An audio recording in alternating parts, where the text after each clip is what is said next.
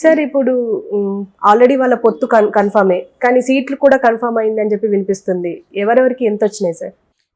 యాక్చువల్గా నిన్న 2 సార్లు కలిశారు పవన్ కళ్యాణ్ అండ్ చంద్రబాబు. వాళ్ళు ఇద్దరు ఏకాంతంగా ఇద్దరు మాత్రమే సమావేశమయ్యి దాదాపు 2 సార్లు కలిపి 4 గంటల సేపు వాళ్ళిద్దరూ చర్చించినట్టు తెలుస్తుంది. ప్రధానంగా సీట్లు, అట్లాగే ఉమ్మడి మేనిఫెస్టో, ఉమ్మడి బహిరంగ సభలు, ఈ 3 అంశాల మీద నిన్న చర్చ జరిగింది. అందులో సీట్లకు సంబంధించి అయితే ఇంకా కొలిక్కి వచ్చినట్టుగా బయట వాళ్ళేమో అనౌన్స్ చేయలేదు ఇద్దరు. ఇప్పటివరకు చంద్రబాబు, పవన్ కళ్యాణ్ ఈ మధ్యకాలంలో 7 సార్లు కలిశారు మొత్తంగా పొత్తులు అయినాక. ఈ 7 సార్లు కలిసినా కూడా 7 సార్లలో ఎప్పుడు కూడా ఒక ప్రకటన చేయలేదు. వాళ్ళు వచ్చి ఏం మాట్లాడాం మేము, ఏం జరుగుతుంది అనే ప్రకటన మాత్రం బహిరంగంగా ఇప్పటివరకు చేయలేదు. అయితే నిన్న 2 సార్లు ఒకే రోజులో కలవడంతో అందరూ కూడా ఈరోజు అయిపోతుంది, ఫైనలైజ్ అయిపోతుంది, సీట్లు ఎక్కడెక్కడ ఉన్న ప్రకటించబోతున్నారు అని అనుకున్నారు. ఎందుకంటే జగన్ చాలా దూకుడుగా 6 లిస్టులు ఇప్పటికి ప్రకటించేశాడు. కానీ వీళ్ళు ఇప్పటి వరకు అఫ్సీల్గా ప్రకటించింది 4. మండపేట అరకు తెలుగుదేశం, రాజానగరం రాజోలు జనసేన, ఇవి తప్ప ఇంకా అఫ్సీల్గా ఏవి ప్రకటించలేదు. అనఫ్సీల్గా ఆ మధ్య 13 మందితో లిస్ట్ ఒకటి తిరిగింది తెలుగుదేశం. అంటే తెలుగుదేశం నుంచి తెలుగుదేశం మీడియా కొన్ని లిస్టులని లీక్ చేస్తుందని చెప్తున్నారు.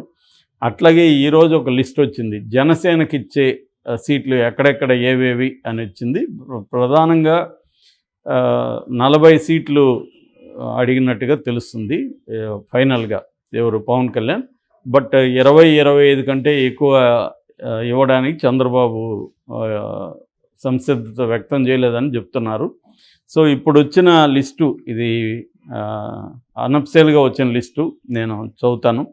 విజయనగరం నియోజకవర్గంలో నెల్లిమర్ల అదొకటే, అనకాపల్లిలో పెందుర్తి, యలమంచిలి, కాకినాడ నియోజకవర్గంలో కాకినాడ రూరల్, పిఠాపురం, రాజమండ్రిలో రాజమండ్రి రూరల్, రాజానగరం, అమలాపురంలో రామచంద్రపురం, అమలాపురం, రాజోలు, కొత్తపేట, నర్సాపురంలో భీమవరం, నర్సాపురం, తాడేపల్లిగూడెం, తణుకు, ఏలూరులో ఉంగుటూరు, కైకలూరు, విజయవాడ నియోజకవర్గంలో విజయవాడ వెస్టు, మచిలీపట్నంలో అవనిగడ్డ, గుంటూరులో తెనాలి, గుంటూరు వెస్టు, బాపట్లలో చీరాల, ఒంగోలులో దర్శి, గిద్దలూరు, నెల్లూరులో కోవూరు, తిరుపతిలో తిరుపతి, రాజంపేటలో రాజంపేట, మదనపల్లి, నంద్యాలలో ఆళ్లగడ్డ, అనంతపురంలో గుంతకల్లు, అనంతపూర్ అర్బన్, ఇవి ఇచ్చినట్టుగా తెలుస్తుంది.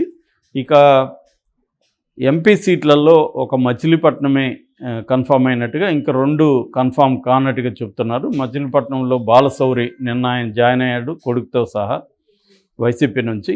సో ఆయనకి మచిలీపట్నంలో ఇస్తారని చెప్తున్నారు. ఆల్రెడీ ఆయన నేను మచిలీపట్నం నుంచి కంటెస్ట్ చేయబోతానని గతంలోనే అనౌన్స్ కూడా చేసుకున్నారు, సో చేరకముందే. సో ఇది ఈ లిస్టు వచ్చింది. దీని పట్ల జన సైనికుల్లో తీవ్రమైన ఆగ్రహ జ్వాలలో అని చెప్తున్నారు. ఎందుకంటే వాళ్ళు మినిమం 50 ఇవ్వకపోతే మేము ఒప్పుకోము అన్న పద్ధతిలో జనసేన ఉంది. జనసేనలో కార్యకర్తలు కావచ్చు, నాయకులు కావచ్చు. ఎందుకంటే పవన్ కళ్యాణ్ కూడా మొన్న మాట్లాడుతూ 3వ వంతు సీట్లు తగ్గకుండా తీసుకుంటానని అన్నాడు. ఆయన తెలివిగా అసెంబ్లీ అని చెప్పలే, స్థానిక ఎన్నికల వరకు అన్నాడు తప్ప అసెంబ్లీ అనేది చెప్పలేదు ఆయన. నిజానికి స్థానిక ఎన్నికలకి ఇప్పుడు ఏం పని, ఇప్పుడు నువ్వు చెప్పాల్సింది అసెంబ్లీ.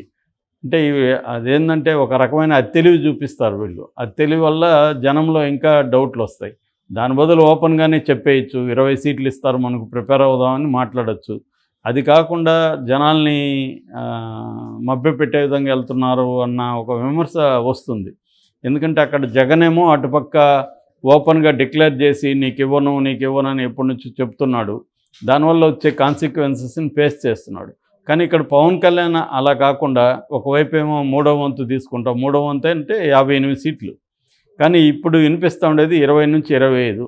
మ్యాక్సిమం అంటే ఒకవేళ ఇంకా పట్టుబట్టి గందరగోళం ఏదైనా అయితే 30 కంటే ఎక్కువ ఇచ్చే పరిస్థితి లేదు.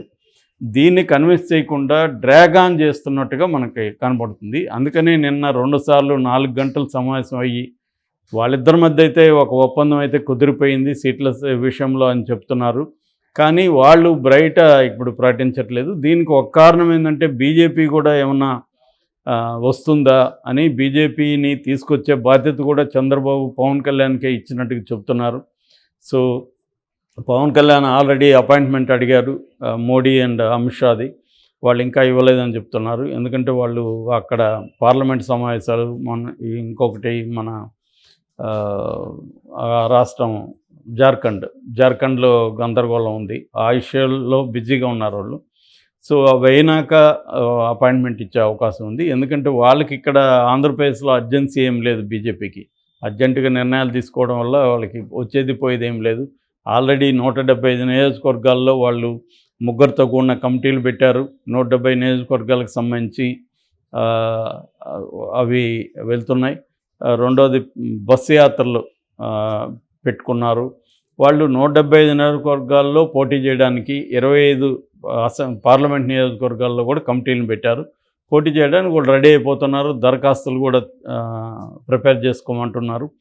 అంటే వాళ్ళు ఏంటంటే మీరు ఇచ్చినా వీకపోయినా మేము సింగిల్గా వెళ్తాం, మీరు ఇస్తే మేము అడిగినన్ని మీరు ఇవ్వాలి అన్న ఒక కండిషన్ పెడుతున్నట్టుగా కనబడుతుంది. దానికి వీళ్ళు రెడీగా ఉన్నారా లేదా ఇది తేలినాక మనం ప్రకటిద్దామని ఆగినట్టుగా తెలుస్తుంది. వాళ్ళిద్దరి మధ్య అయితే పవన్ కళ్యాణ్ చంద్రబాబు మధ్య ఒక ఒప్పందం అయితే అయిపోయింది. కానీ ఎప్పుడు ప్రకటించాలనే దానికి సంబంధించి మాత్రమే క్లారిటీ లేదు. నిన్న కూడా పవన్ కళ్యాణ్ అన్నాడు, మేము మౌనంగా ఉన్నాం అనుకుంటున్నావేమో, మేము కూడా సభలు పెడతాం, నిన్ను ఉతికారేస్తాము, ఎండగడతాము, నీ విమర్శలు చేస్తామని చెప్తున్నాడు జగన్కి, సిద్ధంకి సంబంధించి.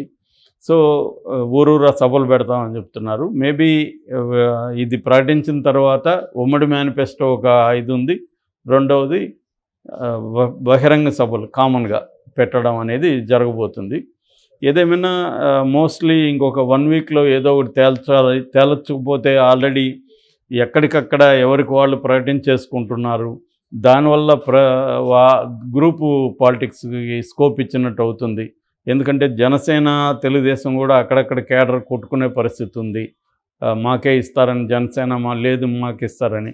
ఏదేమైనా పవన్ కళ్యాణ్ అయితే ప్రధానంగా ఉమ్మడి గోదావరి జిల్లాలో గట్టిగా పట్టుబడుతున్నట్టు తెలిసింది. తర్వాత ఏమో విశాఖపట్నం, అంటే ఉత్తరాంధ్ర, ఇటు గోదావరి జిల్లాలు, ఈ రెండిట్లోనే తనకు ఎక్కువ బలం ఉంది కాబట్టి అక్కడ ఎక్కువ సీట్లు కావాలని పవన్ కళ్యాణ్, మనం ఇందాక చదివిన లిస్ట్ కూడా అక్కడే ఎక్కువ ఉన్నాయి.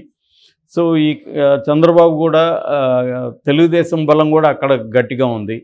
సో అందువల్ల షూర్గా గెలుస్తారు అనుకునే సీట్లనే ఇవ్వాలి జనసేనకి అనేది చంద్రబాబుకు ఉండే అండర్స్టాండింగు.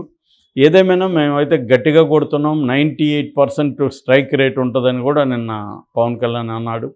సో కాన్ఫిడెంట్గా ఉన్నట్టు కనబడుతుంది పవన్ కళ్యాణ్.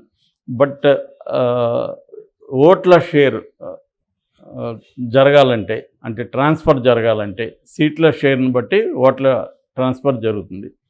అందుకని చాలామంది కాపు నాయకులు ఇటు జనసేనలో ఉన్న వాళ్ళంతా మినిమం 50 ఈకపోతే ఓట్ల ట్రాన్స్ఫర్ జరగదు. అది చాలా ఇంపార్టెంట్. తెలుగుదేశం పొత్తు పెట్టుకునేదే జనసేనతో. వాళ్ళ నుంచి ఆ ఓట్ల ట్రాన్స్ఫర్ జరగాలని. ట్రాన్స్ఫర్ జరగకపోతే తెలుగుదేశానికి పొత్తు పెట్టుకోవడంలో అర్థం లేదు. ఎందుకంటే పవన్ కళ్యాణ్కి ఇచ్చే సీట్లలో తెలుగుదేశం కూడా ఎంతో కొంత గెలిపించుకోగలుగుతారు. 20-25 పెద్ద ఇబ్బంది కాదు. మిగతా చోట్ల ఓట్ల షేర్ ట్రాన్స్ఫర్ జరగకపోతే చీలిపోతాయి ప్రభుత్వ వ్యతిరేక ఓటు. అది చీలకూడదు అనేదే ప్రధానమైన టార్గెట్ ఎవరికి, చంద్రబాబు. అయితే పవన్ కళ్యాణ్కి ఉండే ప్రాబ్లం ఏంటంటే కాపు నాయకులంతా కూడా మనం ఎన్నిసార్లు ఇటు కమ్మవాళ్ళనో ఇటు రెడ్లను ముఖ్యమంత్రులు చేయడానికి మనం త్యాగాలు చేయాలి, మళ్ళీ మనం ఎందుకు ఇప్పుడు కూడా చేయాలి.